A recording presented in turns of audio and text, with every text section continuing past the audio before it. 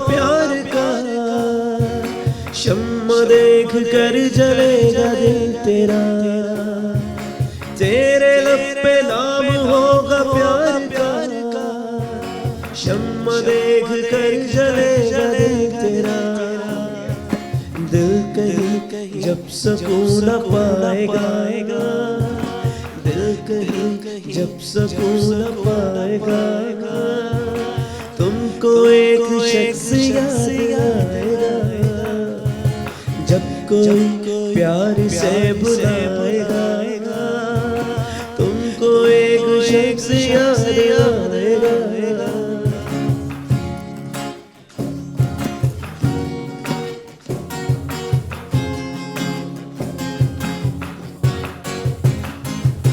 लज़्ज़त गम से आशना होकर, अपने महबूब से जुदा होकर, लज़्ज़त गम से आशना होकर, अपने महबूब से जुदा होकर, ज़ख्म दिल जब तुम्हें सताएगा, ज़ख्म दिल जब तुम्हें सताएगा, तुमको एक शख्स याद आएगा, जब कोई प्यार से बुलाएगा, तुमको एक शख्स याद आएगा, जब कोई सितारा टिमटिमाएगा, तुमको एक शख्स याद आएगा, जब कोई प्यार से बुलाएगा,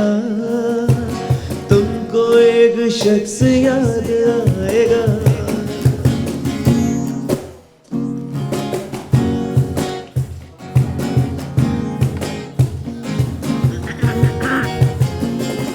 जिंदगी में दर्द को सहोगे तुम, दिल का चैन ढूंढते रहोगे तुम, जिंदगी में दर्द को सहोगे तुम, दिल का चैन ढूंढते रहोगे तुम, ज़ख्म दिल जब तुम्हें सताएगा, ज़ख्म दिल जब तुम्हें सताएगा, तुमको एक शख्स याद आएगा, जब कोई प्यार से बुलाएगा, तुमको एक शख्स याद आएगा, तुमको एक शख्स याद आएगा, तुमको एक शख्स याद आएगा।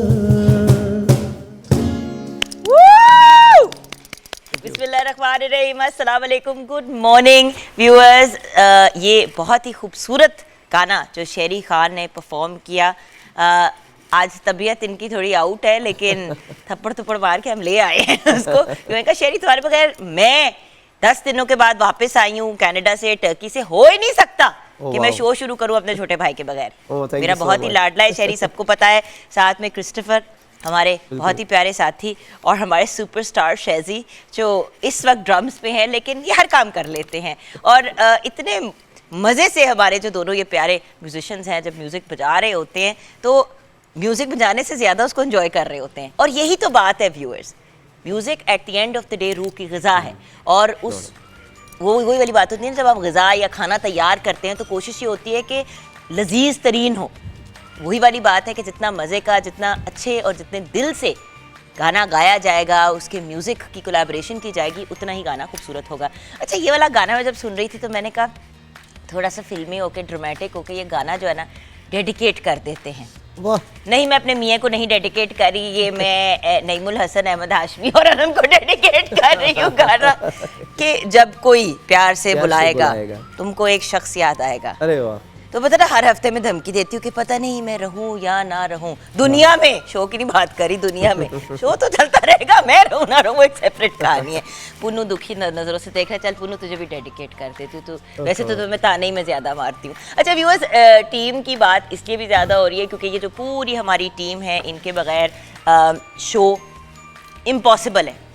इनकम्प्लीट होस्ट के बगैर हो सकता है, इनकम्प्लीट शो पार्टिसिपेंट्स के बगैर हो सकता है, लेकिन जो टीम होती है ना व्यूअर्स, जो कोर टीम होती है, उसके बगैर कोई भी चीज़ करना इम्पॉसिबल हो जाता है। ये बात मैंने बहुत अरसा पहले रियलाइज़ की और सीखी। पहले कुछ प्राइवेट चैनल्स के साथ काम किया, फिर नेशनल टेलीविज़न चैनल पे मैं चली गई और वहाँ पे मैंने रियलाइज़ किया कि अगर टीम आपकी सपोर्ट ना करे या आपके साथ ना खड़ी हो तो बहुत से प्रॉब्लम्स और मसाइल होते हैं। अल्लाह का शुक्र है हमारी जो A+ की टीम है और जो वहाँ पे भी मेरी बहुत ही प्यारी, मतलब वहाँ से मैंने बहुत सीखा। मेरे उस्ताद कैसर शरीफ साहब, सारी जो वहाँ पे मेरी टीम थी, सिद्रा हो गए, उमर हो गए, वो सारे लोग जो हैं आज भी उनके साथ राब्ता है, उनसे बहुत प्यार है। लेकिन टीम वर्क बड़ा इंपॉर्टेंट होता है। अब जैसे मैं कनाडा जाना था, टर्की जाना था, उसके लिए प्रोग्राम्स रिकॉर्ड करने थे, बहुत सी चीज़ें ऑर्गेनाइज़ करनी थी। उसमें अगर टीम सपोर्ट ना करती और रिकॉर्डिंग्स पॉसिबल ना करती, शेरी फॉर एग्जांपल और इनकी सारी जो टीम है, ये अगर साथ ना देते, कह देते जी हम अवेलेबल नहीं हैं, तो बहुत मुश्किल हो जाता। End of course viewers, ultimately तो मैनेजमेंट के बगैर कोई भी चीज़ पॉसिबल नहीं है। चेयरमैन साहब की मोहब्बत, बाकी जो सारी की सारी हमारी अपर मैनेजमेंट है, पूटा साहब है, हमारी मार्केटिंग टीम जो है, ये इन सब का एक एफर्ट और एक मोहब्बत होती है जिसके बेस पे आप कोई भी डिसीजंस ले सकते हैं। वरना व्यूअर सोचने वाली बात है ना, लाइव शो है, कहते कि हमारा लाइव शो है, आप नहीं आ रही, हम किसी और से करा लेंगे, किसी और को बिठा देंगे। ये कोई मुश्किल बात भी नहीं है और ये कोई नाजायज़ बात भी नहीं हो अगर अगला इंसान ये बात करे। वापस आई हूँ, आज पहला दिन है, तो वही वाली बात होती है ना, जब आपका किसी के साथ ताल्लुक़ नहीं रहता या ख़त्म हो जाती है चीज़, तो या हम बुरे अल्फाज में याद करते हैं या अच्छे अल्फाज में। जब हम हमारा जब लोगों के साथ होता है तो तब हम उनको रिकग्नाइज़ नहीं करते। और शेरी, हम अक्सर ये बात करते हैं कि भाई जब आपस में एक दूसरे के साथ ताल्लुक़ हो, एक रिश्ता हो काम करने का, मोहब्बत का, प्यार का, मियाँ बीवी भी एक दूसरे को अप्रिशिएट नहीं करते। जब अगला एक दुनिया से रुखसत हो जाता है तो तब बैठ के रो रहे होते हैं, पिट रहे होते हैं और ये और वो। और कभी पूछे कि कभी बताया कि क्या महसूस करते थे, तो कहते हैं काश बताया होता। इतना टाइम होता है, अगर सोचे तो टाइम बड़ा होता है इंसान के पास। जिंदगी में बंदे को इज्जत कर लेनी चाहिए, अच्छा, बाद में रिप्रेशन की। एग्जैक्टली। सो बात ये है कि व्यूअर्स, आज शो शुरू करते हुए सबसे पहले जो मैंने बात करनी थी, क्योंकि वापस आई हूँ 10-12 दिनों के बाद, मैंने अपने घर वालों को बहुत मिस किया, अपनी फैमिली को मिस किया, अपने घर में जो सारे लोग काम करते हैं बहुत मिस किया, अपनी ऑफिस की फैमिली को बहुत मिस किया। ये जो मेरी एक तस्वीर आप अभी देख रहे हैं व्यूअर्स, ये स्पेशली मैं उधर, मेरा मुँह इसलिए आपको नज़र नहीं आ रहा है क्योंकि मैं रो रही थी और फैसल आया उससे तस्वीर खींची और जब सामने आया ना मेरा हस्बैंड, तो मुझे कहता है रो क्यों रही हो, व्हाट्स रॉन्ग विद यू। मैं कहा मुझे घर याद आ रहा है। ईसा जो हद की तुमको वैसे चीप हो कि मतलब हम टर्की में इतनी रोमांटिक जगह में आए हुए हैं, पहली सुबह तुम वहाँ पे बैठी हो, वहाँ में खड़ी होके देख रही और कह रही बच्चे और घर याद आ रहे। इस वक्त वहाँ पे होती तो मॉर्निंग शो कर रही होती, तो कह रही है जुगत मॉर्निंग शो जाके कर लेना। तो मैं वो वाली कौम हूँ कि मुझे छुट्टी और वेकेशन यही लगता है। अल्लाह का शुक्र है शेरी घर की और बाकी सिचुएशन इतनी अच्छी है। काम पे भी तुम्हें पता हम काम कहाँ कर रहे हैं, मस्करेबाजी करते रहते। कोशिश तो यही होती है कि अल्लाह गुल्ला और एंजॉयमेंट के साथ करेंगे। तस्वीरें जो आप देख रहे हैं व्यूअर्स, ये जो व्यू आपको दिखाया अभी, ये तो मैं वहाँ पे बैठी हुई थी और फैसल ने तस्वीरें बहुत कम खींची, बहुत ही कम खींची, ज्यादा जगहों की। अब ये जो आप इमेज देख रहे हैं, ये मेरी खिड़की से नजर आ रहा था। ये होटल के कमरे से, बल्कि होटल के कमरे की भी एक तस्वीर है जो मैंने भेजी थी। ये सारी फोटोग्राफी फैसल की है क्योंकि मैं अपने ही वो दुनिया में गुम थी। उसने कहा तुमने कोई तस्वीरें नहीं लग रही है। मैंने व्लॉग बनाए हैं 2-3। अब ये जैसे ये कमरा था, एंटर हुई तो फैसल कहते हैं देखो कितना अच्छा कमरा है। मैंने कहा घर का कमरा ज्यादा अच्छा है। He's like, तुम्हें क्या प्रॉब्लम है? वो वाले लोग नहीं होते जो पहली दफा दुनिया में जिंदगी में बाहर जाते हैं। मतलब अल्लाह का शुक्र है, मेरे ख्याल से मेरे को 6 माह की थी जब पहली दफा पाकिस्तान से बाहर अमेरिका मामा गोदी में चुप के ले गई थी छुट्टी पे। नहीं सॉरी, लंदन गए थे, इंग्लैंड गए थे। तो अल्लाह का शुक्र है वेल ट्रैवल। अच्छा, ये टर्की में एक लाइट्स की दुकान थी, ये टर्किश लाइट्स आप लोग अक्सर देखते हैं। और यहाँ पे जब मैं गई तो वो बंदा मुझे कहता है you know we have famous Pakistani actor. मैंने कहा मैं समझी मेरी बात कर रहा है, बड़ी खुश हुई। कहते यू नो हुमायूं सईद। मैं कहा yes I know Humayun Saeed, मेरी बड़ी दोस्ती है उनसे और of course he is a brilliant artist. तो आगे से क्या कहते हैं ही शॉपिंग फ्रॉम अस। उसने मैं तस्वीरें दिखाई कि हुमायूं और उनकी फैमिली जब जाते हैं तो वो वहां से काफी ज्यादा चीजें लेके जाते हैं। तो खैर फैसल और मैं वहां पे खड़े हुए थे तो उसने कहा कम आई टेक योर फोटो। मैंने कहा अच्छा तस्वीर खींच के फिर कहता है मुझे अब ये पोस्ट भी करो। मैंने कहा यार ये सही मार्केटिंग है। लेकिन ये भी एक बड़ी अमेजिंग थी। अच्छा, ये आपको ये टर्की में टर्की का जो इस्तांबुल में जो डाउनटाउन का एरिया ना, वहाँ पे ये एक मॉन्यूमेंट सा था, तो मुझे बस बड़ा इंटरेस्टिंग लगा कि बिल्कुल सेंटर में ये मॉन्यूमेंट है, पीछे आपको मस्जिद और इतनी खूबसूरत मसाजिद। देखिए ब्लू मॉस्क तो अपनी जगह, हाजी सुफिया अपनी जगह, ये तो सब अपनी जगह हैं। पहले Haji Sufia by the way museum होता था, अजायब घर होता था, उन्होंने वापस उसे कन्वर्ट किया। पहले वो चर्च था, फिर वो अजायब घर बना, उसके बाद फिर इन्होंने इसको मस्जिद बना दिया। और आई थिंक इनिशियली भी सबसे पहले वो मॉस्क था, फिर उसको, आपको पता है जैसे जैसे लीडरशिप चेंज होती है तो मामलात भी बदलते जाते हैं। वहाँ पे जाके हाजी सुफिया में जाके अल्लाह का शुक्र है नमाज़ पढ़ने का मौका मिला, तो वो मेरे लिए एक बहुत अमेजिंग सिचुएशन थी। ये कुछ खाने पीने की चीज़ें, बल्कि मेरी जो नंद है मुबशरा, उनको हम प्यार से बाजी बुलाते हैं, बाजी का मैसेज आया खाने के अलावा कुछ कर भी रहे हो। मैंने कहा नहीं बच्चे याद आ रहे हैं इसलिए खाई जा रही हूँ। कहती झूठ मत बोलो, ये खाने बंदा दुख में नहीं खाता, ये खाने एक्साइटमेंट में ही खाते हैं। सो बहुत मज़ा आया। मैंने व्लॉग्स भी तैयार किए हैं, वो मैं अपने यूट्यूब के चैनल पे डालूंगी। बल्कि एक तो लाहौर से टर्की तक का सफ़र। अच्छा एक मैंने शिकायत लगानी है, ये देखें, ये भी विजुअल था मेरे बेडरूम से। सुबह सुबह उठे थे, अभी अजान हुई थी और जब पहली लाइट जब आई हुई थी ना, तो उस वक्त ये हमने लगाया। बल्कि मैंने ये अपने इंस्टाग्राम पे भी लिखा, मैंने कहा कोई और ऐसा है कि बिल्कुल ये नहीं कि अजान से आँख खुलती है, बिल्कुल अजान से जिधर भी मैं होती हूँ 5-10 मिनट पहले, फजर से पहले आंख खुल जाती है। इसमें मैं, और आप सबको पता है व्यूअर्स, मैं कोई बहुत ज़्यादा रिलीजियस या उस तरह से बिल्कुल भी नहीं हूँ, अल्लाह माफ़ी दे। मैं ये इसलिए नहीं आपको बता रही कि आप कहे वाह वाह जुगन कितनी मजहबी, और मैं बिल्कुल, मेरे ये वाली आपको पता है, मैं तो रमज़ान ट्रांसमिशन में भी हमेशा, जब इंशाल्लाह रमज़ान भी जल्द आने वाले, तो हमेशा आप लोगों से यही बात करती हूँ कि सीखती हूँ, सिर्फ सीखती हूँ। मेरे जैसा नलायक इंसान जिसकी बिल्कुल नॉलेज नहीं थी, रमज़ान ट्रांसमिशन से ही, सच्ची जो बात है व्यूअर्स, प्रॉपर सीखा, सारा कुछ अंडरस्टैंड किया। व्यूअर्स ये जो थोड़ी बहुत फ्लक्चुएशन हो रही है लाइट की, प्लीज़ माइंड मत कीजिएगा, क्योंकि कुछ काफ़ी दिनों बाद वापस जब प्रोग्राम रीस्टार्ट करते हैं तो कुछ टेक्निकल मसाइल होते हैं। अब हम ये भी कर सकते थे कि हम ना ऑन एयर आते, हमने यही फैसला किया कि ऑन एयर आते हैं, थोड़ी बहुत लाइट की अप एंड डाउन, तो देखें आपके घरों में भी बत्ती जाती है, हमारी भी कभी कभी ऊपर नीचे हो जाती है लाइट, हमारे तो दिमाग की बत्ती कभी कभी ऑन नहीं होती, ये भी प्रॉब्लम हो जाती है। और बाय द वे एक और बात बताऊँ, उसके बाद जब मैं कनाडा गई, अच्छा उधर की मेरे पास तस्वीरें नहीं हैं, क्योंकि सच्ची बात तो ये है कि मैं वहाँ पर गई थी, बहुत से मेरे वहाँ पे कुछ मामलात थे रिजॉल्व करने वाले, क्योंकि कनाडा में मेरा बड़ा वक्त गुजारा है। मुझे, मेरे लिए जो 2-3 हाइलाइट्स थी वो मैंने आपके साथ ज़रूर शेयर करनी है। एक तो हाइलाइट कनाडा की करूँगी, और फिर जो लाहौर से इस्तांबुल की मेरी जर्नी थी ना, उसमें जो एक खातून ने मेरे साथ बदतमीज़ी की और गाली गलोच की, वो भी बताऊंगी, लेकिन वो एंड में आपको बताऊंगी। नहीं, मैं बताऊंगी बाकायदा गाली गलोच की। ना मैंने उनकी कोई तस्वीर खींची, ना मैंने उनकी कोई वीडियो बनाई, क्योंकि सच्ची बात यह है कि मुझे ये बात भी बहुत गलत लगती है। देखिए शायद मैंने भी वहाँ पे कोई कोताही की हो, वो भी मैं बात आपको बताऊंगी। लेकिन ब्रेक के फ़ौरन बाद आके मैं आपको एक बहुत ही, जो मेरे लिए ऑनर की बात थी, जो बहुत बड़ी चीज़ थी मेरे लिए, उनकी बल्कि ईमेल भी मेरे पास है, जो मुझे मिलने के लिए आई। अब वो कौन है जो मुझे मिलने के लिए आई और मेरे इतना बड़ा ऑनर था, वो भी मैं आपके साथ व्यूअर्स शेयर करूंगी। बल्कि शायद ईमेल की तस्वीर अगर हम लगा सकते हैं तो वो भी आपको भेज सकती हूँ। और जो मेरे साथ बहुत ही खूबसूरत अल्फाज में गुफ्तगू हुई, वो भी मैं आपसे बात करूँगी ब्रेक के बाद।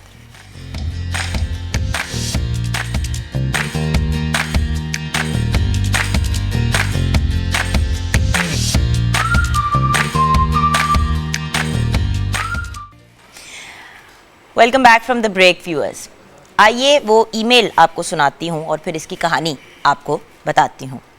Dear Jugan, I write to thank you for an extraordinary visit yesterday and also for the incredible food and fabric from Pakistan and Turkey. Your generosity made me shy, but I don't want to leave with things to carry home. I didn't want to leave you with things to carry home. I will share your gifts with colleagues at FIMS and will feel blessed to wrap myself in the red shawl that adorns your interview footage. अब ये किस interview की बात हो रही है मैं अभी आपको बताती हूँ. I'm still in Toronto until midday today. On Monday we'll deliver our hard drive to tech colleagues who will start post-production. I'll also consult Western International about the very best time to release your encouragement to Pakistani and other South Asian students to apply to Western. This is a generous offer which will figure in my broader conversation with Western International about Western South Asian recruitment plans to come. Jugan, I also appreciate your spirit, your insight and the communal life you and Faisal have made for yourselves in Lahore and so many other places. I admire that how you move, connect and listen. I admire your media work and its lasting presence and effect. and we are grateful for your kindness towards Western and films. I also appreciate Faisal's warmth and integrity he has brought to his own career as a journalist and attorney. Also, again, thank you, especially for your precious time. Please thank Faisal for his time also, and more to come. Lisa Henderson. Lisa Henderson कौन है? Lisa Henderson faculty of information and media studies films which is हमारा जो film और media का programme है at Western University, इनकी dean है, यानी कि प्रोफेसर भी हैं वहाँ पे और डीन है यानी कि हेड हैं। कनेक्शन क्या है? मैं जब कनाडा गई थी तो मैं यूनिवर्सिटी के लिए गई थी। बहुत से लोग ये सोचते हैं कि मैं अपनी फैमिली के साथ वहाँ पे शिफ्ट हुई थी रहने के लिए। हमारी फैमिली में जब भी बच्चे ग्रेजुएट करते हैं, अगर अच्छे मार्क्स आ जाते हैं, बाहर की यूनिवर्सिटी में दाखिला होता है, तो लड़का हो लड़की हो बाहर भेज दिया जाता है।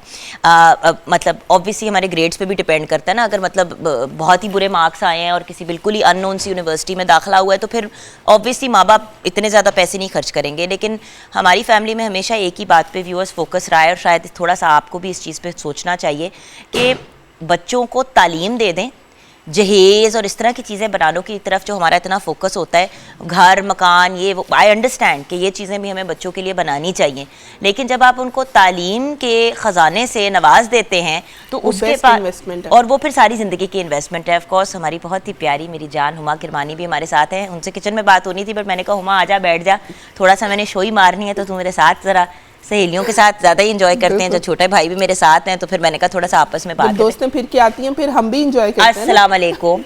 वालेकुम अस्सलाम।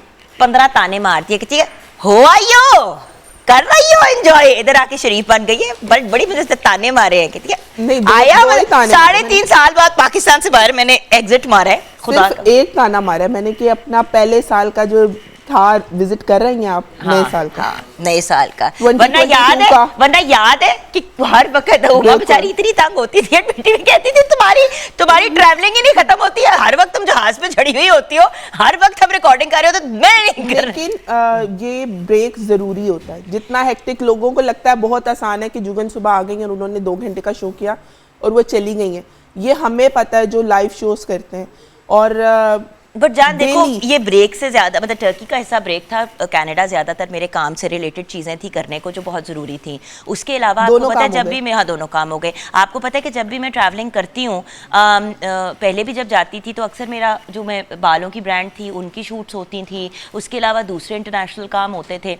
अच्छा व्यूअर्स, ये अच्छा बाय द वे हुमा, ये जो ईमेल मैंने सुनाई है ना हमारे व्यूअर्स को, आपको तो सारी बात की समझ आई गई है, आपको भी शेरी, बट हुआ ये कि मैं जब मुझे इनकी ईमेल आई, अब मेरी अपनी जो मेरी यूनिवर्सिटी है जहाँ से ग्रेजुएट हुई, ऑब्वियसली अब जो इनकी डीन है, जो हेड है, उस वक्त कोई और होते थे, उसके बाद अब ये पिछले 3 साल से हैं, तो ये मुझे बड़ी देर से रब्ता कर रही हैं कि जुगन हम चाहते हैं कि आप आएँ फिर से यूनिवर्सिटी पे आके बात करें। मैं अपनी यूनिवर्सिटी पे जाके बड़ी दफ़ा लेक्चर दे चुकी हूँ, और एक दफ़ा तो बाकायदा इन्होंने यूनिवर्सिटी के मैगज़ीन के ऊपर मेरा चेहरा लगाया, पूरा मेरा एक इंटरव्यू लगाया। बाय द वे पहली पाकिस्तानी, बल्कि पहली साउथ एशियन ख़ातून हूँ पूरे साउथ एशिया में जिसको इन्होंने अपने कवर पे डाला।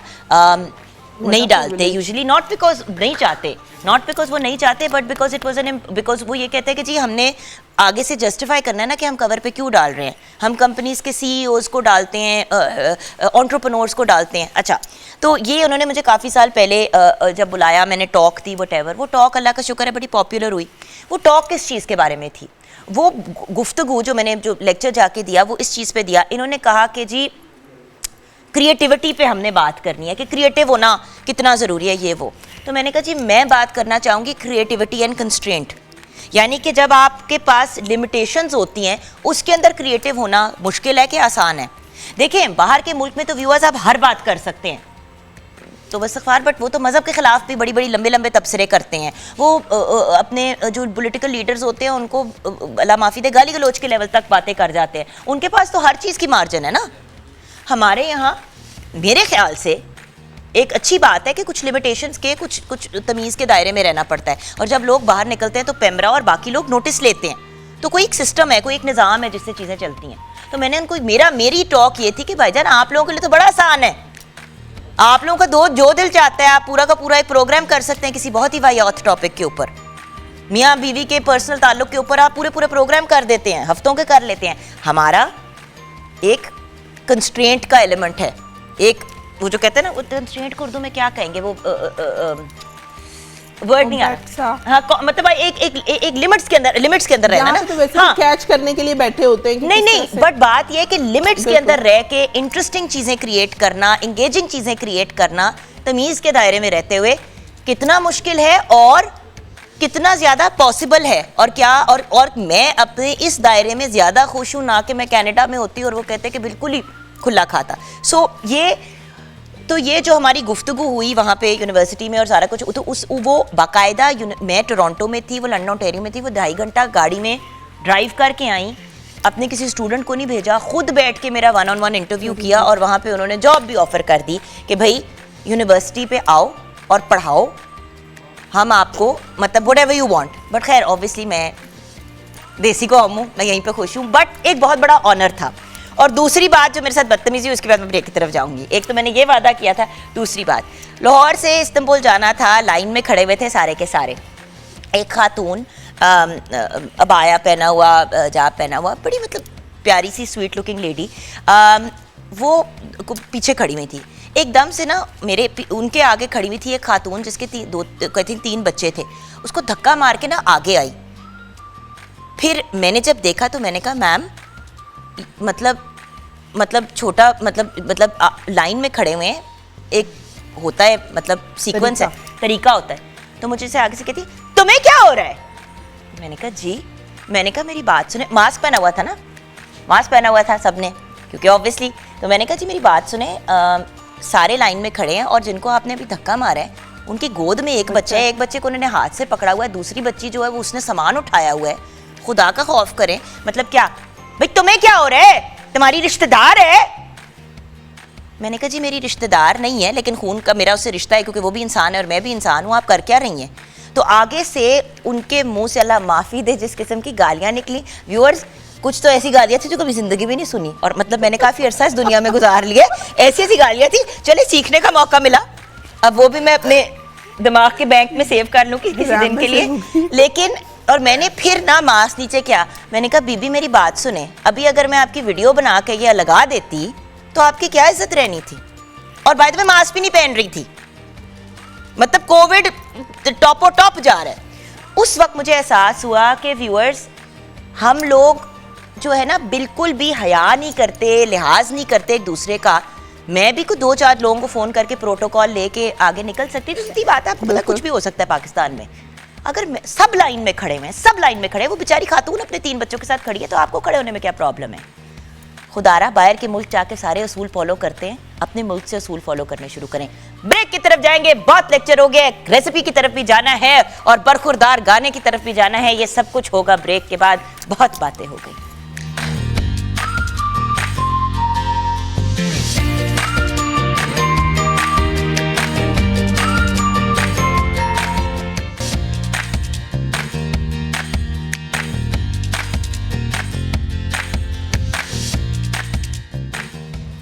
Welcome back from the break viewers. जैसे कि बात हो रही थी कि बाहर गई तो खा खा के फावी हो गई, और हमारे लिए ले आई कि मेरे कटिंग बोर्ड के ऊपर जो है ना 3-4 पीसेस बकलावा के डिफरेंट फ्लेवर्स पड़े, और जब से मैं सेट पे आई हूँ तब से मैं थोड़ा थोड़ा खा रही, फिर मैं एक खा लेती हूँ, फिर जुगन आती, ये वाला खाए, मानो कि चॉकलेट वाला मजे का है, नो डाउट। और मानो कि टर्की का जो बकलावा है वो फर्क है, बिल्कुल पाकिस्तानी बिल्कुल बहुत फर्क है, और स्पेशली जो इसमें जो इसका पिस्ताचू का फ्लेवर है ना, वेरी नाइस।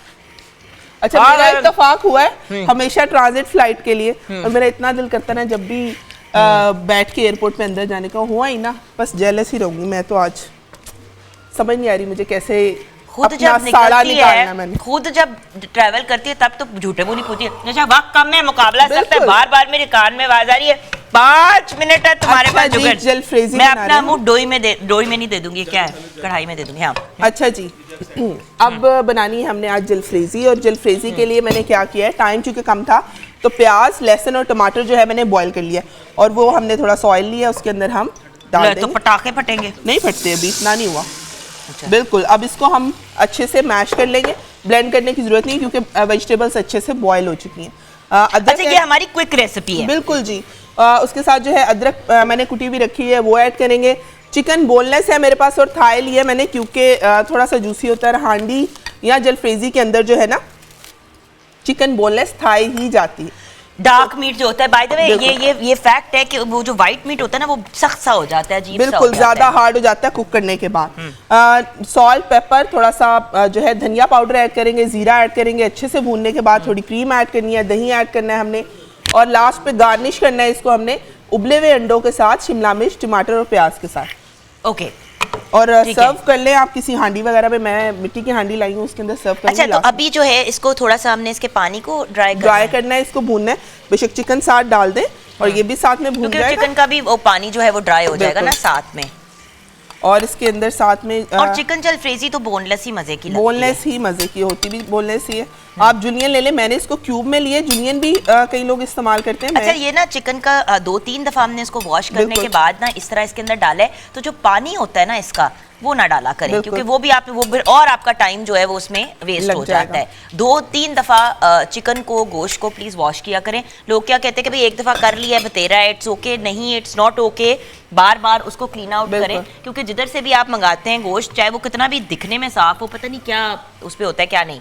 सो अब ये जब हमारा कुक हो जाएगा तो इसमें हम क्या डाल रहे हैं? पहले सबसे इसके अंदर अदरक ऐड करेंगे हम, जो कुटी हुई अदरक है। उसके बाद नमक, मिर्च, हल्दी, थोड़ा सा जीरा ऐड करेंगे, धनिया पाउडर ऐड करेंगे, दही ऐड करेंगे।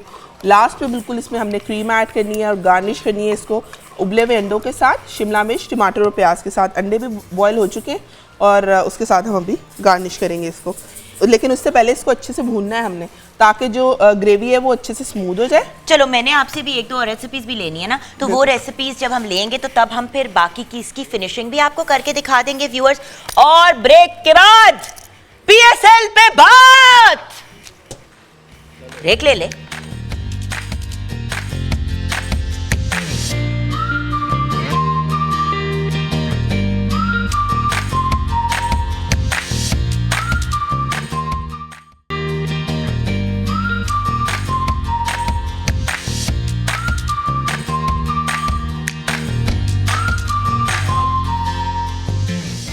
Welcome back from the break viewers. Chaudhry Irfan Zaheer अब हमारे साथ है, स्पोर्ट्स एनालिस्ट और cricket expert of every area and department. अस्सलाम वालेकुम। वालेकुम सलाम जी। इरफान, मैं बाहर क्या चली गई?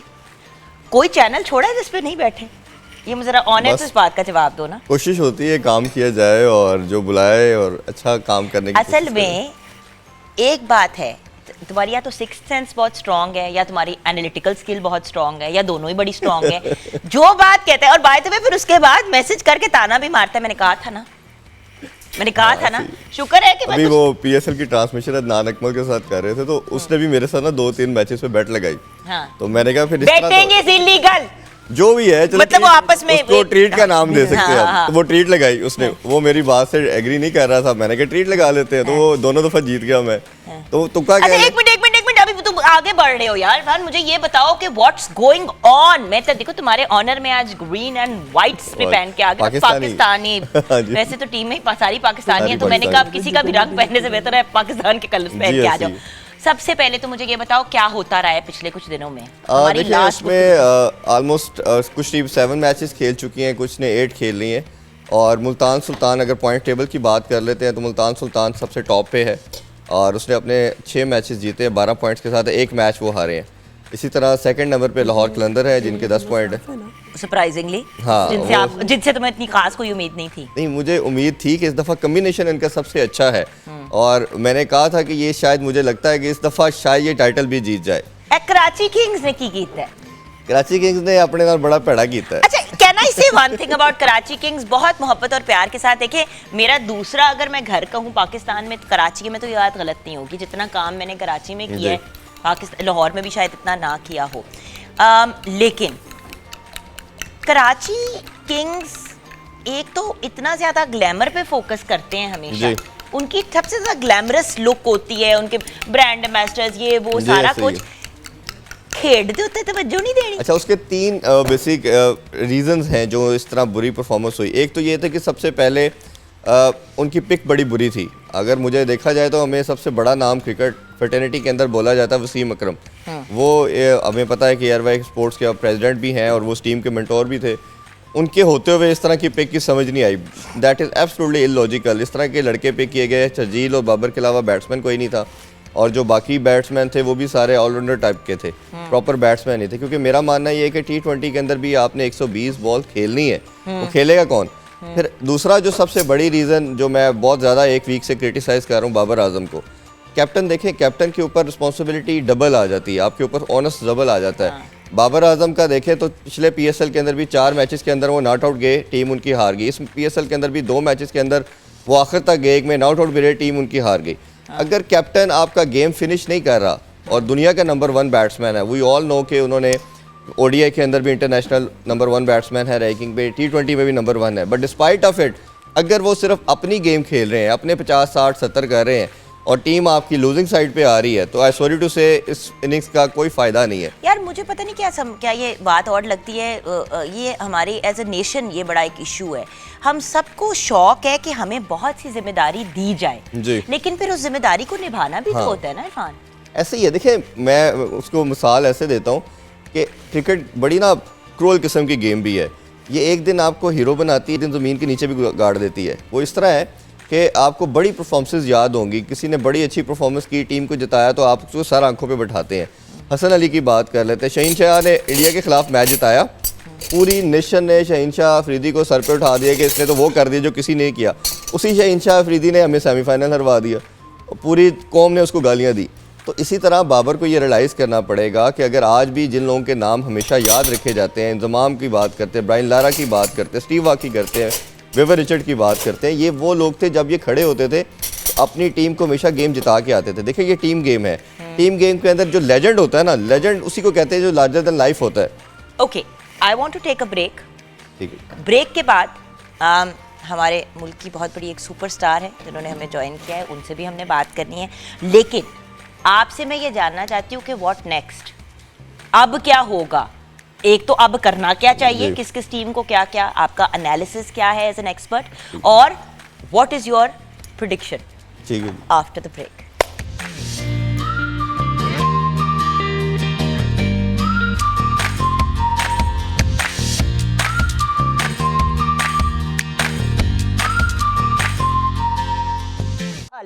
ठीक, मैंने कहा गाने से पहले पहले अपनी सहेली से मुलाकात तो हो जाए ना, है ना? कैसी हैं आप? ठीक। मुझे कोई बताए तुम तो बाहर थी। कि ये मैं बाहर थी और फिर देखो मैं वापस भी आ गई ना, वापस भी आ गई। बाद में करूंगी तुमसे बात। खुदा की कसम बाहर थी, पता है मैं मुझे। कल पहुंची हूँ। मगर इतनी जल्दी आ भी गई हो? तुमने कहा था मैं देर से आऊंगी, अभी जरा बातें कर। कब मैंने आपको कहा देर से आऊंगी? बाद में वहाँ वॉइस बैठ- नोट अपना सुन लो, मैंने एक दफा नहीं कहा कि मैं देर से आऊंगी। चल गया, चलो। नहीं, अभी मैंने गाना ही नहीं सुनना, लड़ लो तो मेरे साथ पहले ऑनर। मैं उधर बैठ के लड़ूंगी। नहीं, उधर बैठ के, क्योंकि लड़ाई बैठ के कौन करता है? जरा अच्छी होती है। अच्छा जरा एक मिनट आना मेरे साथ किचन में, मैं तुझे आज मजे की कुछ चीजें सिखानी है। ले, मुझे आता है सब कुछ। मुझे पता है तुम्हें आता है।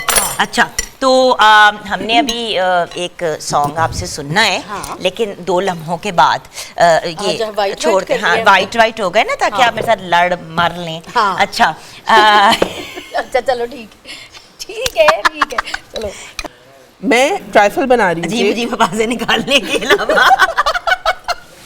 सीरियसली। अच्छा, हाँ ओके, सो ट्राइफल बनाने लगे हैं, जरा बिल्कुल। आप मुझे रेसिपी बताएं ट्राइफल। अच्छा जी, आपने प्लेन कस्टर्ड जो है वनीला फ्लेवर ले लीजिए और उसके साथ जो है आप बना लें कस्टर्ड, जो भी आप पैकेट यूज़ करें कस्टर्ड का, वनीला फ्लेवर का ले लें उसकी रेसिपी के मुताबिक। वैसे 1 लीटर के अंदर 5 से 6 चम्मच जो है पाउडर कस्टर्ड का ऐड करना है आपने, लेकिन मैंने चीनी इसके अंदर ऐड नहीं की। क्यों नहीं ऐड की जुगन मैंने इसके अंदर चीनी? क्योंकि हम इसके अंदर डालेंगे हमदर्द का शहद, हमदर्द हनी, क्योंकि आपको पता है कि मतलब from the beginning of time शहद जो है ये इंसानी खुराक में इस्तेमाल होता रहा है, और हमदर्द हनी 100% खालिस है, ग़िज़ाइयत से भरपूर है, जिस्म को फ़ौरन तवानाई जो है फौरी तवानाई फराम करता है, और हमदर्द हनी कुदरती मिठास से भरपूर है और कुदरती तौर पे एक एंटीऑक्सीडेंट का भी काम करता है। हाँ, इतनी जल्दी खराब हो गई। इतनी जल्दी? अच्छा, तो मुसलसल इस्तेमाल से बाय द वे बहुत से आप प्रॉब्लम से बच जाते हैं, इसलिए ज़िंदगी में चीनी की जगह अगर आप शहद का इस्तेमाल करें, शहद और क्रीम मैंने कस्टर्ड में ऐड करके उसको ठंडे कस्टर्ड के अंदर ऐड करके उसको अच्छे से मिक्स कर लिया, और जुगन इसकी लेयर लगाएंगे हम इस बाउल में, ये आप लगाएं। उतनी देर में जो बाकी कस्टर्ड है उसके अंदर हम ऐड करेंगे रूह अफ़ज़ा। एक लेयर डालूं या 2 लेयर बनानी है? एक ही काफ़ी है, देख ले जो आपको बेहतर लगता है। मतलब अच्छा, उसमें अब हम रूह अफ़ज़ा डालेंगे। बिल्कुल। ये प्लेन कस्टर्ड था जिसके अंदर हमने शहद ऐड कर लिया है। दूसरा जो प्लेन कस्टर्ड है उसके अंदर हम रूह अफ़ज़ा ऐड कर लेंगे। तो मैं इसके अब केक का लेयर ना पहले डालूं? बिल्कुल, केक का लेयर लगा लें आप। ठीक है, आपको तो सारा कुछ आता है ना बनाना। तुम बना लो फिर बताती हूँ, अब इस हाँ है लड़ाकी है ना। दोस्तें फिर ऐसी होती हैं, प्यारी प्यारी सी, कभी खुश नहीं होती कि अगले ने इतना उनसे क्यूट तो सा मैं खुश सरप्राइज हूँ। दिया, कि अगला एक क्यूट सा सरप्राइज आपको देता तो है। मैं भी तो सरप्राइज नहीं दे रही हूँ, आ गई मैं। मुझे पता था कि चलिए, आप आ गई, तो बस, मैं बस, आ बस। गई। थोड़ा सा जी, गार्निश पता के चला है लिए, मुझे बस। थोड़ा सा गार्निश के लिए रख लें जो। अच्छा चले, फिर मैं ये 2-4 इसमें से निकाल बिल्कुल लेती वो रख हूँ। लें। जो बाकी का कस्टर्ड था उसके अंदर भी मैंने क्रीम ऐड की है, उसके साथ उसको अच्छे से बीट कर लिया है और साथ में मैंने रूह अफ़ज़ा जो है वो ऐड कर लिया है। इससे क्या होगा जी, कलर भी और फ्लेवर भी बहुत अच्छा, अच्छा रूह सा अफ़ज़ा की एक बात देखिए, रूह अफ़ज़ा एक इतनी रिफ़्रेशिंग ड्रिंक है, सर्दी हो या गर्मी आप इसको बहुत इंजॉय कर सकते हैं, क्योंकि इसमें फल सब्जियां, क्या इसको आपको पता है कि इसके अंदर सेब भी है, इसमें ऑरेंज भी है, इसमें अनार भी है, इसमें मिंट भी है, क्यूकम्बर और गुलाब के अर्क, मतलब गुलाब की जो पत्तियां हैं, तो उसको कंबाइन करके इन फ्रूट्स और वेजिटेबल्स को खालिस जो इसकी अर्कियात हैं, ये एक बहुत ही अमेजिंग सी एक कॉम्बिनेशन बन जाती है जिसका नाम है रूह अफ़ज़ा, और बचपन से पीते आ रहे हैं। और अभी जैसे सीजन चेंज हो रहा है ना, बाहर धूप निकली हुई है तो इतना मजा आएगा ना, घर जाके दिल करेगा कि धूप निकली ठंडी हुई है? सी निकल आई है अल्हम्दुलिल्लाह। लड़ने के मूड में इसका कुछ बहुत दिल कर रहा है। 35 से ज्यादा ममालिक में आपको जो है ये दस्तयाब है बिल्कुल। Rooh Afza. And the point is Hamdard का रूह अफ़ज़ा वैसे भी बहुत अमेजिंग है, और उसके अलावा जब आप इसको पीने के लिए तो अपनी जगह, लेकिन इससे आप इतनी रेसिपीज़ तैयार कर सकते हैं। और बाय द वे इंशाल्लाह रमज़ान में भी हम आपको बहुत सी रेसिपीज़ बताएंगे जो आप बना सकते हैं। बिल्कुल। और इसके बाद फिर से आपने जो है चॉकलेट फ्लेवर केक लिया था मैंने, और उसकी लेयरिंग कर ली। ब्राउनी ले लें आप, कोई सी केक है आपके पास कोई सा वो ले सकते हैं। इवन कुकीज़ के साथ भी आप उसकी लेयरिंग कर सकते हैं, जो प्लेन कुकीज़ हो। उसके बाद दोबारा से लेयरिंग कर लें आप जो कस्टर्ड मैंने ना ये हमारे जरा पास। थोड़ा सा उसको डिफरेंटली किया, क्योंकि मैं चाह रही थी कि वो साइड पे ना सिर्फ थोड़ा सा उसका लुक आया। You see the point is colourful भी हो गया, कितना कलरफुल भी हो गया, और आपकी एक इंटरेस्टिंग सी वो जो कहते हैं ना डिफरेंट सी एक डिज़र्ट जो है वो तैयार हो गई। और मैं तो हमेशा एक ही बात कहती हूँ कि देखो, खाना सबसे पहले आप अपनी आंखों से खाते हैं, उसके बाद आप उसको एक्चुअली वो करते हैं, ठीक है ना। और जितना प्यारा आपने गार्निश कर देना है ना इसको। नहीं, मैं नहीं गार्निश करी, गार्निशिंग अब आप ही करेंगी, सारा काम मैं नहीं कर सकती। असेंबल करने के लिए मैंने आपको कहा हुआ है कि आपने करना चाहिए। नहीं, मैं क्यों असेंबल कर रही हूँ, सारे काम मैं नहीं करने। तो जब मैंने कुक कर दिए तो आप असेंबल नहीं कर सकती। लो जी, एक चलिए इत्थों बिस्तियां हो रही हैं, एक उत्थों बिस्तियां हो रही उधर भी हैं। लड़ाई हो रही, देखो ये ले, आपके बहुत ही इंटरेस्टिंग से लेयर्स के साथ अमेजिंग सी डिज़र्ट तैयार हो गई। और like I said, Rooh Afza की हम आपको रेसिपीज़ तो आपके साथ शेयर करते ही रहेंगे, लेकिन उसके साथ साथ बाय इटसेल्फ भी आप इसको पी सकते हैं। अच्छा, एक लास्ट काम करते हैं इसके ऊपर थोड़ी सी और garnish भी। बाय द वे मैंने यहाँ पे एक और चीज़ की बात करनी है, एक और इम्पॉर्टेंट एलिमेंट, ये अभी मैं रूह अफ़ज़ा डालूंगी ऊपर, बट अगर स्पून में डालेंगे ना तो वो फिर थोड़ा सा ना आपकी वो पतली सी जो तार आपने तो ये देखी, जबरदस्त। बिकॉज वो आप जब डायरेक्ट डालेंगे ना तो उसका ज़रा पोरिंग की चीज़ ज़रा ज़्यादा हो जाती है। ये देखिए, यू सी जबरदस्त। इट्स नॉट डिफिकल्ट, इसीलिए मैंने नहीं किया। अच्छा नाउ मैंने एप्पल साइडर विनेगर की भी आपसे बात करनी है। हमदर्द का ये जो बहुत ही amazing premium apple cider vinegar है, ये सेब का सिरका है।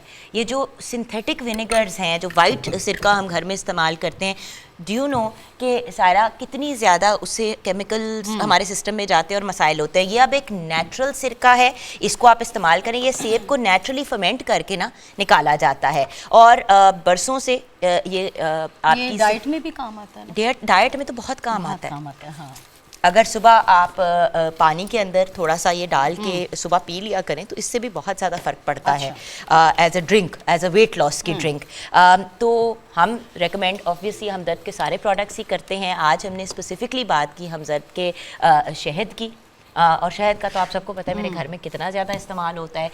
हमने शहद और रूह अफ़ज़ा हमदर्द के साथ ये रेसिपी तैयार की, और सेब के सिरके की आपके साथ बड़ी ही सिंपल सी एक रेसिपी शेयर कर ली कि सेब का सिरका आपने डाला कोसे गर्म पानी के अंदर, और सुबह आपने निहार मुँह अगर ये लेना शुरू कर दिया थोड़ा मिकदार आहिस्ता आहिस्ता थोड़ी थोड़ी बनानी है आपने कि कितना आपने सिरका डालना है, तो ये वेट लॉस के लिए भी बहुत मुफीद होता है। ठीक हो गया। तो अब हम ब्रेक की तरफ मैं शुरू चलते करूंगी हैं, ना? ब्रेक के बाद आपका गाना सुनेंगे। ठीक है। ओके।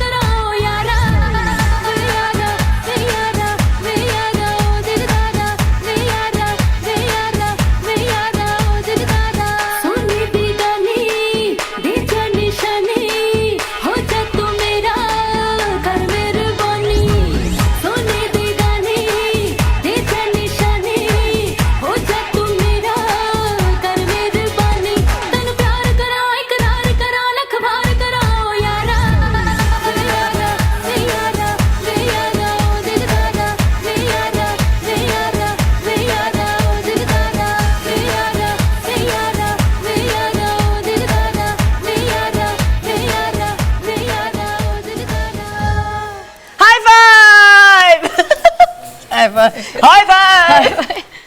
अच्छा, तो अब सिलसिला ये है कि आप बड़ी प्यारी हैं, आप भी बहुत प्यारी हैं। लेकिन नहीं, आप जितनी बिल्कुल भी नहीं हो, क्योंकि आप दिल की बहुत अच्छी है ना, मसला ये भी है। अच्छा, इसका मतलब दिल में खराबी है इधर। हाँ, थोड़ी सी टेक्निकल फॉल्ट है, लेकिन एक अच्छे से इंसान जिनका नाम चौधरी इरफान ज़हीर है, हम इनसे PSL के बारे में जानना चाह रहे हैं। देख रही हो मैचेस? सच बोलना यार, एक सच तो बोलना चाहिए सुबह सुबह। हाँ, सायरा मेरा एक ही हाल है ना कि कहीं बैठे होते हैं, एकदम से फिर हमें पूछना पड़ता है अच्छा फिर बता दो हो क्या रहा है, ताकि हम कुछ बोल सके। हाँ। तो चले हम जान लेते हैं। अच्छा, नाउ खबरों में देखती हूँ। खबरों में तो वहाँ बस पता चल जाता है, फिर इतना पता होता है कि यार ये ठीक नहीं कर रहा, वो नहीं ठीक कर रहा। जैसे कि ट्विटर पे एक अन्नी मची हुई थी कि ये कराची किंग्स ने क्या किया, जो हमने ब्रेक से पहले बात की। मुझे ये बताओ इरफान कि नाउ व्हाट देखिए उसमें मुल्तान सुल्तान एंड लाहौर कलंदर्स अभी टॉप जा रहे हैं जी, लेकिन मुल्तान सुल्तान मेरे ख्याल से काफी ज्यादा उनके 2 पॉइंट्स ज्यादा हैं। उनमें 6 मैचेस जिस तरह मैंने कहा वो जीत चुके हैं और सम हाउ वो क्वालिफाई भी कर चुके हैं। बाकी जो रेस्ट ऑफ द टीम्स हैं वो उन्होंने अभी क्वालिफाई करना है। लाहौर को एक गेम और जीतनी है, वो भी मेरा ख्याल है मोस्ट लाइकली क्वालिफाई कर जाएंगे।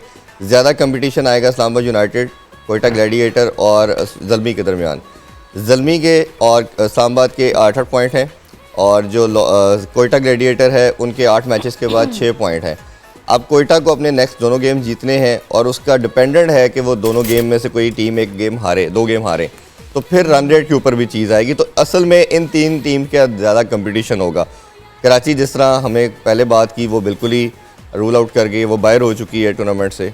और कंपटीशन की बात, क्योंकि 4 टीमें अब आगे क्वालिफाई करेंगी प्ले ऑफ के लिए।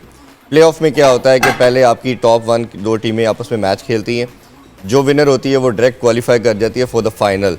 जो उसमें से टीम हारती है वो एलिमिनेटर होता है, पहले एलिमिनेटर 1 होता है पहले, उसमें होता है नंबर 3 और 4 की टीम मैच खेलेगी, उसमें से जो विनर होगा वो उसके साथ खेलेगी सम हाउ सेमीफाइनल तरह का, उसे एलिमिनेटर 2 कहते हैं। वो फिर फाइनल होगा 27 को। थोड़ा सा टेक्निकल है। So who do you think हमारा एंड का क्या बनता है प्लेटफॉर्म जिनके आपस में? देखिए हमेशा एज ए एनालिस्ट हम स्टैट्स के ऊपर और परफॉर्मेंस के ऊपर ही बात करते हैं, और जो लग रहा है दोनों साइड, ख़ास तौर पे मुल्तान सुल्तान और लाहौर के अंदर की बात करें तो मुझे लगता है कि शायद फाइनल इन दोनों का होना भी चाहिए, और लग भी रही है आएंगी। और लाहौर की वाइब जो आ रही है इस दफ़ा, जिस तरह का मोमेंटम गेन किया हुआ है, शायद मुझे लगता है कि शायद वो पहली दफ़ा चैम्पियन भी बन सकती है। यानी कि हमारा कुछ बन जाएगा लाहौरियों हाँ, फाइनली। ओके, बट जो बाकी के आप कह रहे थे ना एलिमिनेटर 1 और ये और वो, उनमें तो आपके ख्याल से कि क्या होगा? वो जो होता है ना कि मतलब चलो ये तो हमने फर्स्ट एंड सेकंड की बात कर ली ना, तीसरे नंबर पे आपको कौन लगता है? इस्लामाबाद यूनाइटेड बड़ा अच्छी क्रिकेट खेल रही है, वो भी मोस्ट लाइकली क्वालिफाई करेगी। ज़्यादा जो टफ टाइम आएगा इन दोनों का आएगा ज़ल्मी का और कोयटा ग्लैडिएटर का। बट जिस तरह के ज़ल्मी ने कल की गेम खेली है, ज़ल्मी भी थोड़ी बेहतर साइड नज़र आ रही है। कोयटा का प्रॉब्लम ये नज़र आ रहा है कि अनफॉर्चुनेटली उनके बॉलर्स काफ़ी डैमेज हुए। पहले हसनैन के ऊपर बॉलिंग एक्शन के ऊपर बंदी लग गई, वो बाहर चले गए। फिर उसके बाद शायद अफरीदी की इंजरी आ गई, वो भी बाहर हो गए टूर्नामेंट से। फिर अभी नवाज़ को इंजर्ड हो गए, वो भी बाहर हो गए। तो 3 उनके मेन प्लेयर जो बॉलिंग के अंदर बड़ा इम्पैक्ट रखते थे वो आउट हो चुके हैं। अच्छा, मैं कुछ देख रही थी कि किसी एक क्रिकेटर ने बदतमीजी की तो उसको पता नहीं क्या हुआ, ये क्या कहानी थी?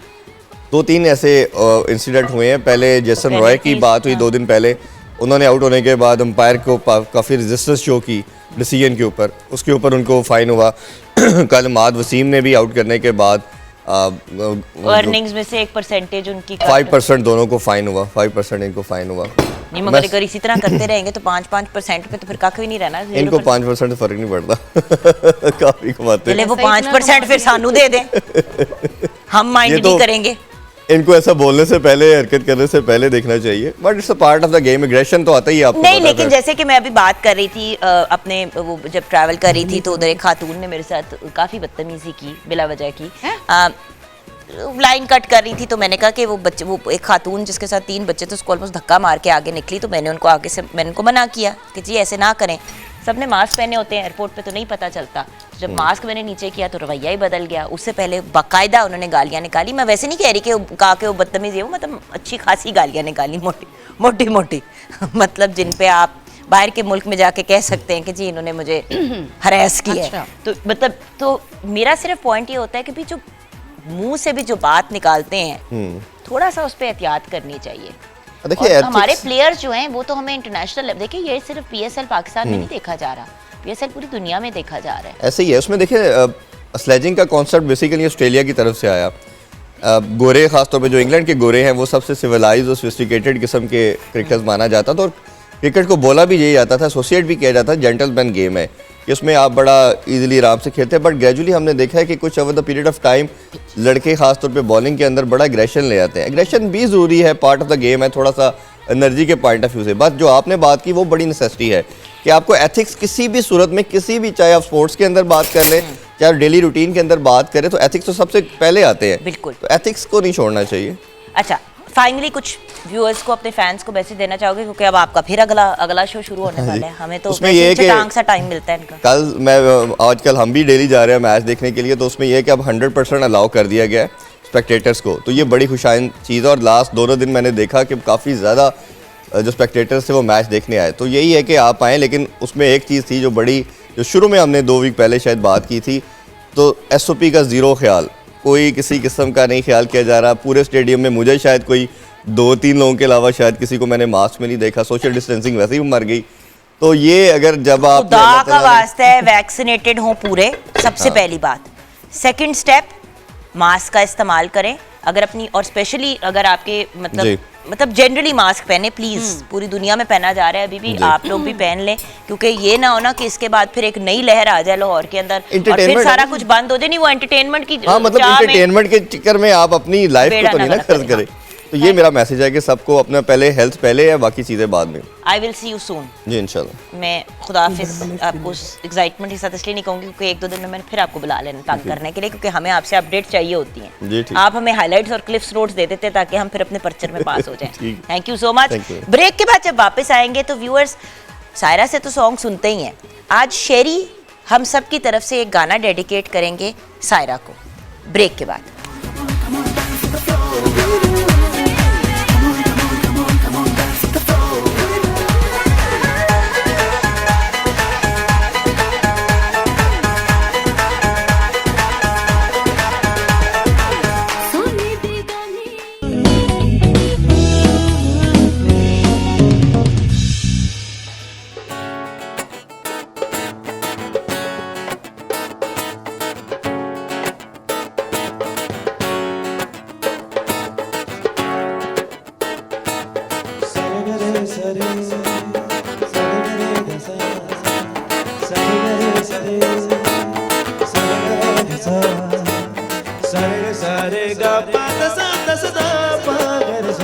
किन्ना सोना तेनू रब ने बनाया, किन्ना सोना तेनू रब ने बनाया, जी कर वेखदा रवां। किन्ना सोना तेनू रब ने बनाया, किन्ना सोना तेनू रब ने बनाया।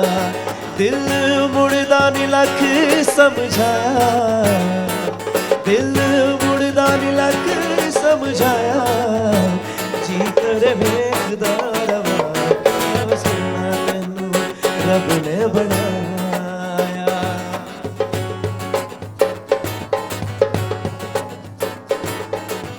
प्यार तेरा है जिंदगी मेरी, करनी है मैं पूजा तेरी।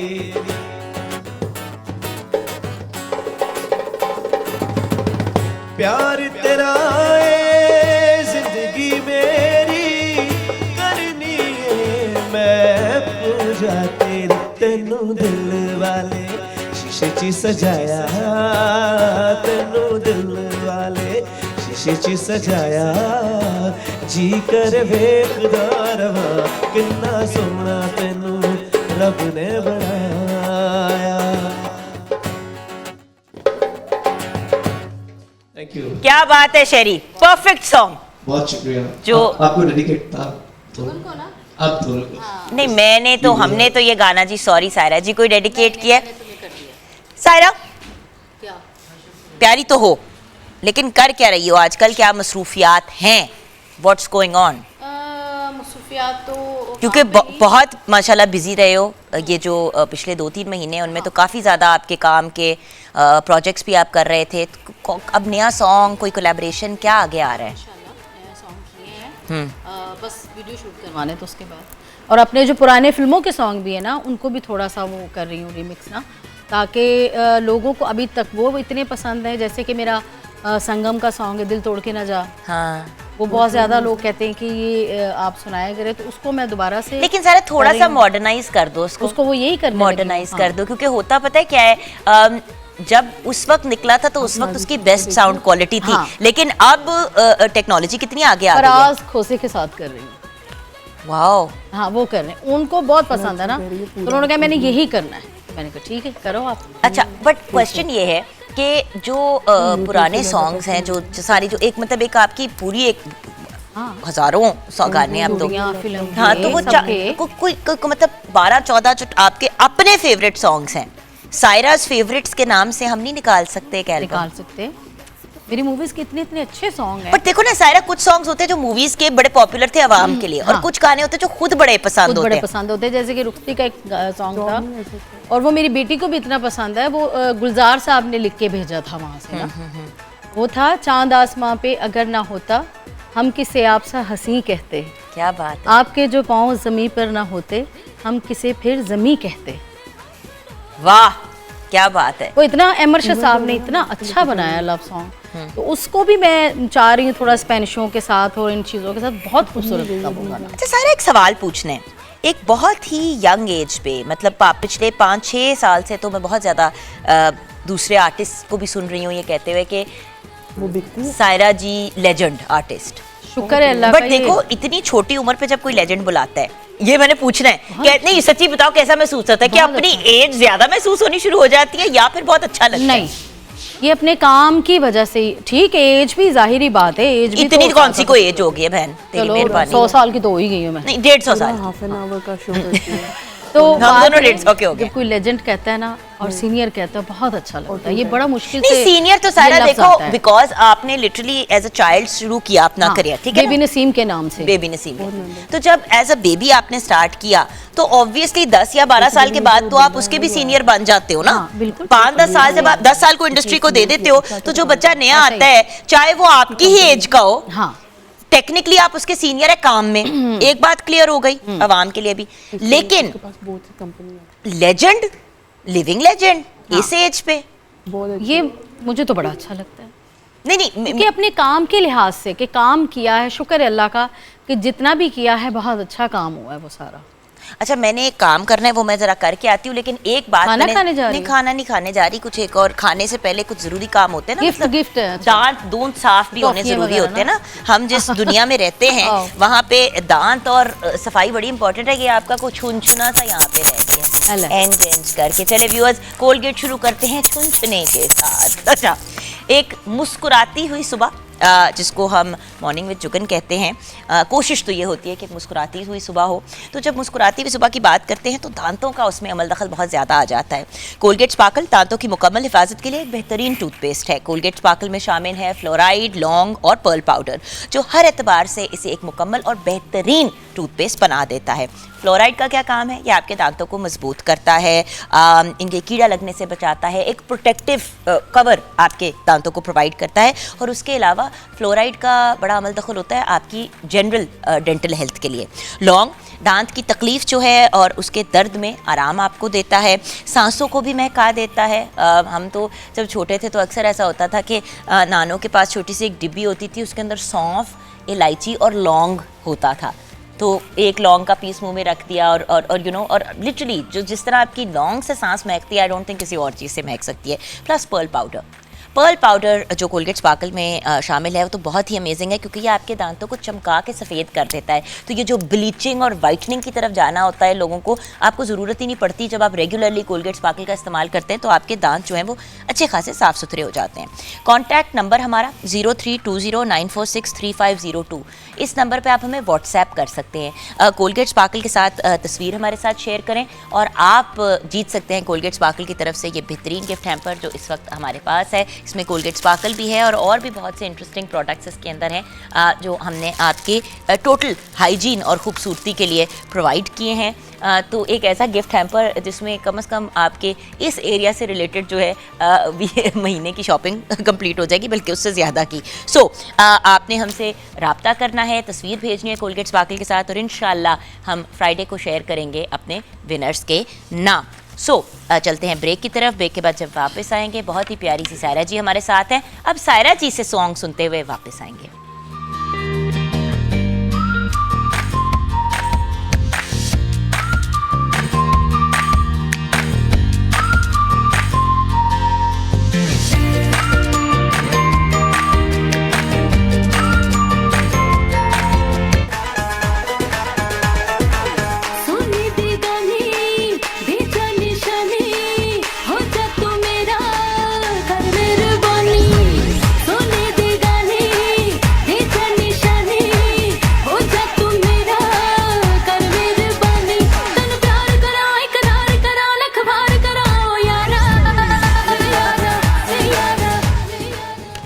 Welcome back from the break viewers. जी हाँ हुमा जी, क्या सिचुएशन है? बना दिया जी मैंने चिकन जलफेजी भी, और जो ट्राइफल था वो आप बना के चली गई थी। एग्जैक्टली और ये जो हमने अपना ट्राइफल तैयार किया, इसमें हमने यूज़ किया हमदर्द का हनी जो 100% नेचुरल है, और फिर हमारा बहुत ही अमेजिंग हमदर्द का Rooh Afza for all seasons, और बहुत ही अमेजिंग खालिस अरकियात के साथ, फ्रूट्स एंड वेजिटेबल्स के साथ तैयार होता है। अच्छा, एक बात जो मैं आपको बताना चाहूँगी, अक्सर आपने नोटिस किया है कि जलफ्रेज़ी के साथ नींबू दिया जाता है और उसके ऊपर नींबू डाल दिया जाता है। लेमन अक्सर घर में अवेलेबल भी नहीं होता, और उसके अलावा नींबू से लोगों को ज़्यादा एसिडिटी होती है। तो आप अगर थोड़ा सा जो है ना एप्पल साइडर विनेगर जो है हमदर्द का ऊपर से स्प्लैश कर देंगे ना, तो उससे आपको बहुत ही अमेजिंग सा वो खटास वाला एलिमेंट भी मिल जाएगा और एक बड़ा ही मज़े का फ्लेवर हो जाएगा। सो चिकन जलफ्रेज़ी या आपकी चिकन कढ़ाई हो गई, उसके अंदर भी आप थोड़ा सा एप्पल साइडर विनेगर डाल के, जो खटास का एलिमेंट है सैलड्स के ऊपर और सैलड्स के ड्रेसिंग के ऊपर कितना इस्तेमाल होता है। तो ये रेसिपीज़ तो हम हमदर्द के आपके साथ शेयर करते रहेंगे। आज फर्स्ट फ्यू रेसिपीज़ थी। Thank you so much Huma. आइए ज़रा बैठ जाइए, एक और बड़ी ही मज़े की बात व्यूअर्स के साथ करना चाहूँगी, और वो ये है कि एन फ्रेंच जो है उसका भी हम आपको गिफ्ट हैम्पर व्यूअर्स देना चाहते हैं। और जब हम एन फ्रेंच के गिफ्ट हैम्पर की बात करते हैं तो उसको विन करने के लिए कुछ थोड़ा सा एफर्ट आपको ज़रूर करना पड़ेगा। आप व्हाट्सएप करेंगे हमें एक 20 सेकंड की वीडियो, 20 सेकंड तक की वीडियो, 5 सेकंड की भी हो सकती है, 10 सेकंड की भी हो सकती है, बट अप टू 20 सेकंड, उससे ज़्यादा की ना हो, 0320946352 पे। अब एन फ्रेंच आखिर है क्या? एन फ्रेंच एक ऐसा हेयर रिमूवल क्रीम है जो आपके सारे गैर ज़रूरी या जिसको हम अनवांटेड हेयर कहते हैं उसको रिमूव करता है इफ़ेक्टिवली, और उसके साथ साथ आपकी स्किन को बहुत ही सिल्की स्मूथ छोड़ देता है 3 से 6 मिनट के अंदर।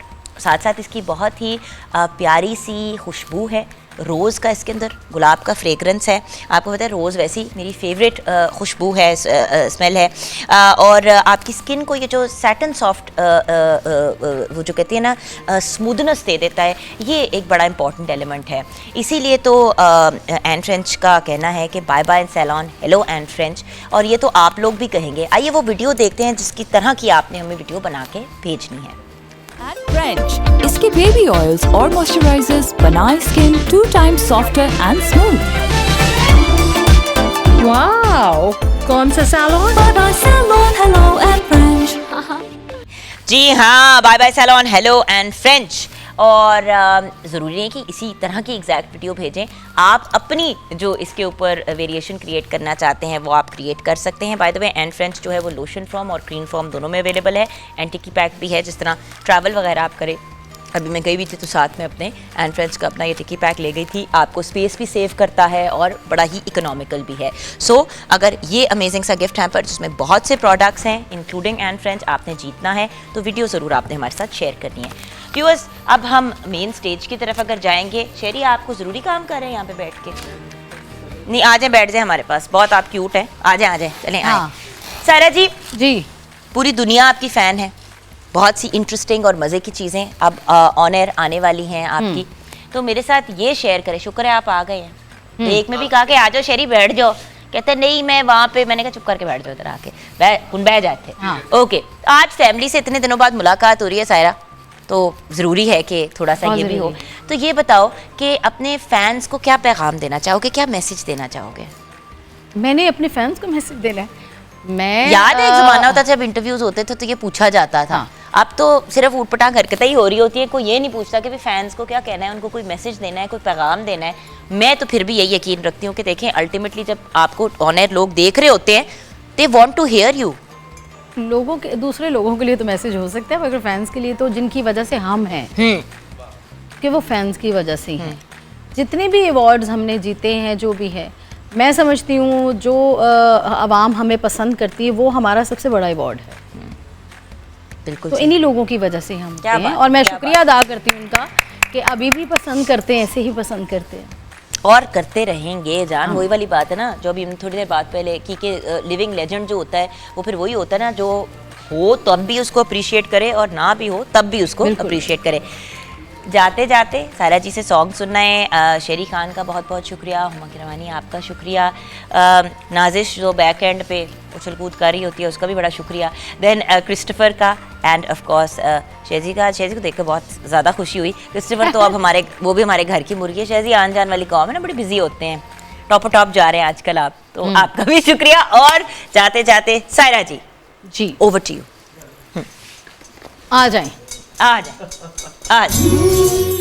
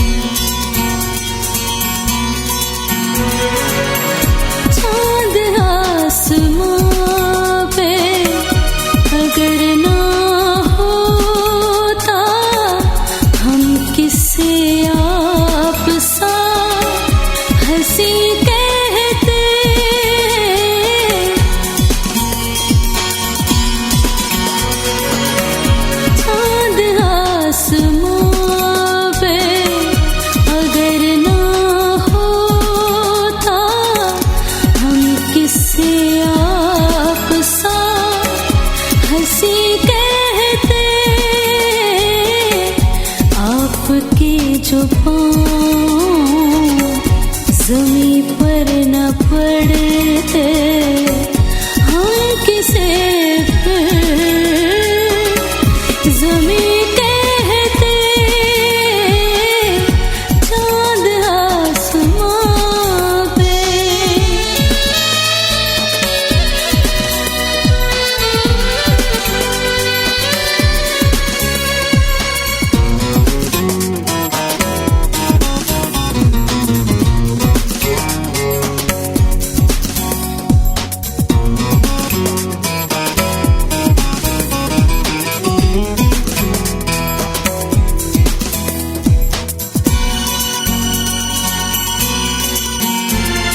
आपको अगर ना देखूं तो खोई खोई रहती हूँ आपके ख्यालों में हर पल गुनगुनाती रहती हूँ